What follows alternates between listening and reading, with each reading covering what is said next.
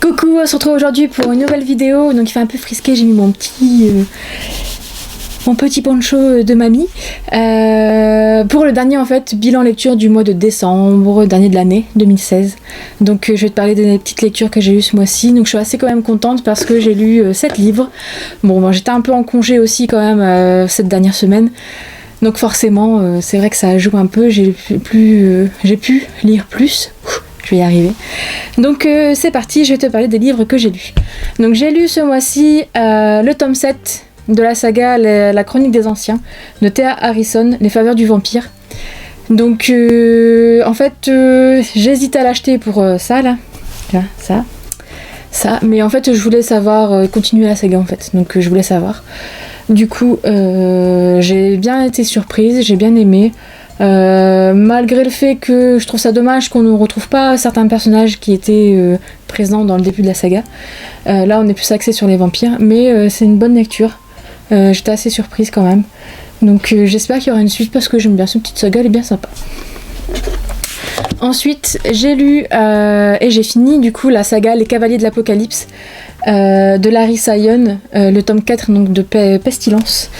Cette saga, j'ai adoré en fait le tome 3, donc Thanatos, donc ça reste quand même mon petit préféré à savoir, mais ce tome là est vraiment sympa, j'ai bien aimé, ça se lit vite en fait, et puis j'aime bien en fait moi l'ambiance univers avec des anges et des démons, ça me plaît, sauf qu'en fait j'ai su sur Instagram avec une Instagrammeuse, on a discuté, et elle m'a dit qu'en fait la suite existe dans Daemonica, sauf qu'en fait comme j'ai pas lu Daemonica, je me suis un peu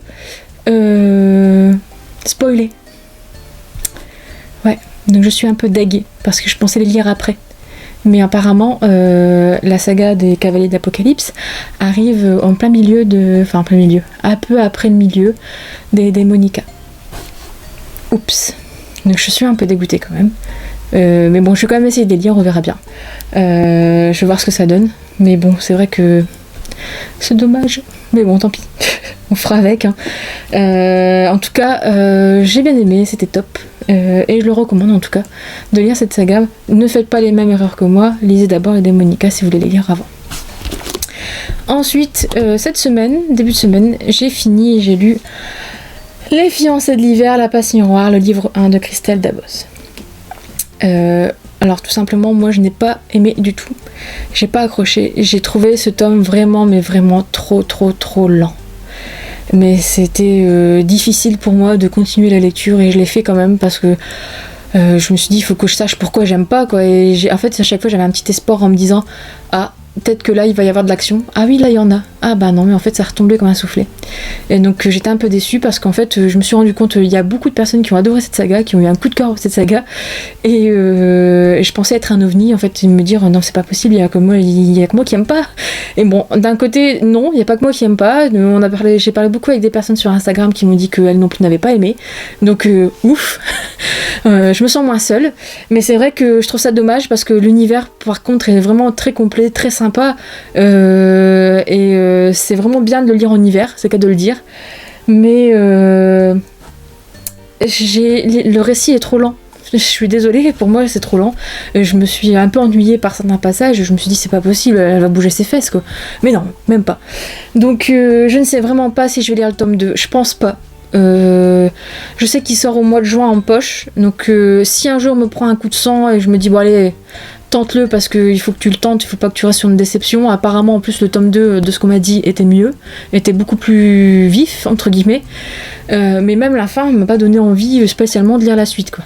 Je suis pas restée sur une fin de ouf, donc là, je suis un peu déçue quand même de pas avoir aimé, mais bon, tous les goûts sont dans la nature, hein, dirons-nous. Donc voilà. Ensuite, il me faisait de l'œil depuis un moment, je l'avais acheté en plus depuis le début, Mark Inman, le tome 2 sur Jet, et en fait c'est un de mes gros coups de cœur de la fin de l'année là. Tout simplement parce que j'ai adoré, ça me rappelle vraiment ma jeunesse, ces petites ambiances là de groupe de métal, de concerts etc, donc bref. Ma jeunesse, je suis quand même pas trop vieille non plus, non. Bon bref, et donc ben voilà, Jet c'est un gros nounours tout gentil, tout mignon, mais qui crie dans son micro, et ça c'est trop cool. Bref, j'ai adoré, voilà, et tellement adoré que j'avais pas acheté le tome 3, et en fait je l'ai commandé. Voilà, j'étais faible, mais je l'ai commandé, et normalement je devrais le recevoir cette semaine, enfin la semaine prochaine. Mais c'est une trop belle histoire, je l'ai lu en une journée, voilà, je peux pas en dire plus, mais... c'est à lire. En tout cas, si vous aimez les nuits adultes, lisez ces sagas. Ensuite, j'ai lu Archer's Voice de Mia Sheridan. Là, c'est un peu comme Les fiancés de l'hiver. J'ai vu que beaucoup de personnes trouvaient l'histoire sublime, machin. Il y avait des coups de cœur de malade. Sauf que moi, ça n'a pas un coup de cœur du tout.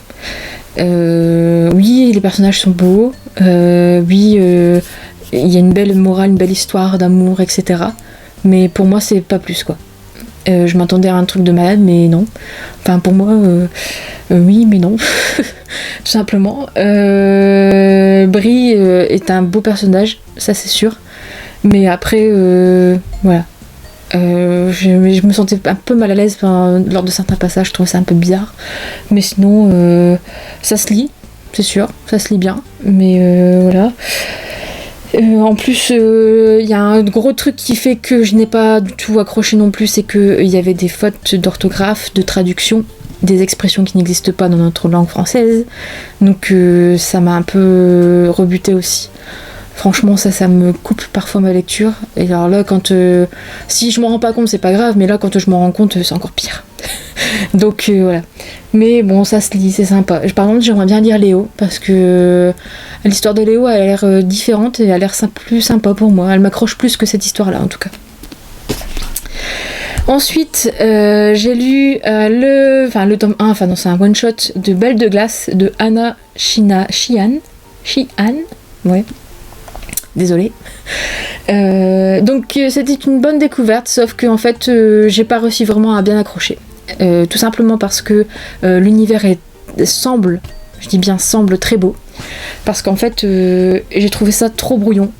À un moment, je savais pas où me situer, si j'étais en France, aux États-Unis, quand, où, quoi, comment. On n'a pas de réponse vraiment très précise à ce niveau-là. Donc c'est dommage parce que l'histoire dans le fond est très très jolie, très belle et donne très envie de le lire, enfin de la lire en tout cas. Mais l'univers est trop brouillon. Je me suis retrouvée je savais plus où j'étais. Donc si j'ai continué cette lecture, c'est parce que le personnage principal, par contre, Rose, est super attachante. Et on a envie de savoir en fait ce qui va lui arriver et ce qu'elle va devenir, parce que la pauvre, elle se réveille 60 ans après dans un monde où plus personne n'est là pour elle, enfin où elle connaît plus personne, donc c'est pas top pour elle quand même. Donc c'est vrai que c'est elle qui m'a beaucoup plus touchée, mais c'est dommage pour l'univers parce que il y avait vraiment quelque chose, je trouve. Et pour finir, forcément, qui dit un nouveau mois dit Never Never saison 2. Quoi te dire à part que c'est Never Never, encore une fois ce tome 2 est vraiment superbe et il est encore plus fin que le premier, mais bon c'est pas grave, ça m'a foutu un peu les boules, mais bon tant pis. Donc Silas est encore mieux et beaucoup plus touchant dans celui-là, encore plus, et on découvre encore un peu plus de choses, mais vraiment on gratte quoi. On gratte comme eux, et c'est ça qui est cool, qui est bien dans cette histoire. Donc j'ai plus qu'une hâte, c'est d'être au 12 janvier et d'acheter enfin le tome 3. Voilà. Donc voilà, c'était mon bilan des lectures du mois de décembre, mon dernier bilan de 2016. Donc si tu as lu un de ces livres, si tu as un avis, n'hésite pas à le partager avec moi en bas, il n'y a pas de problème.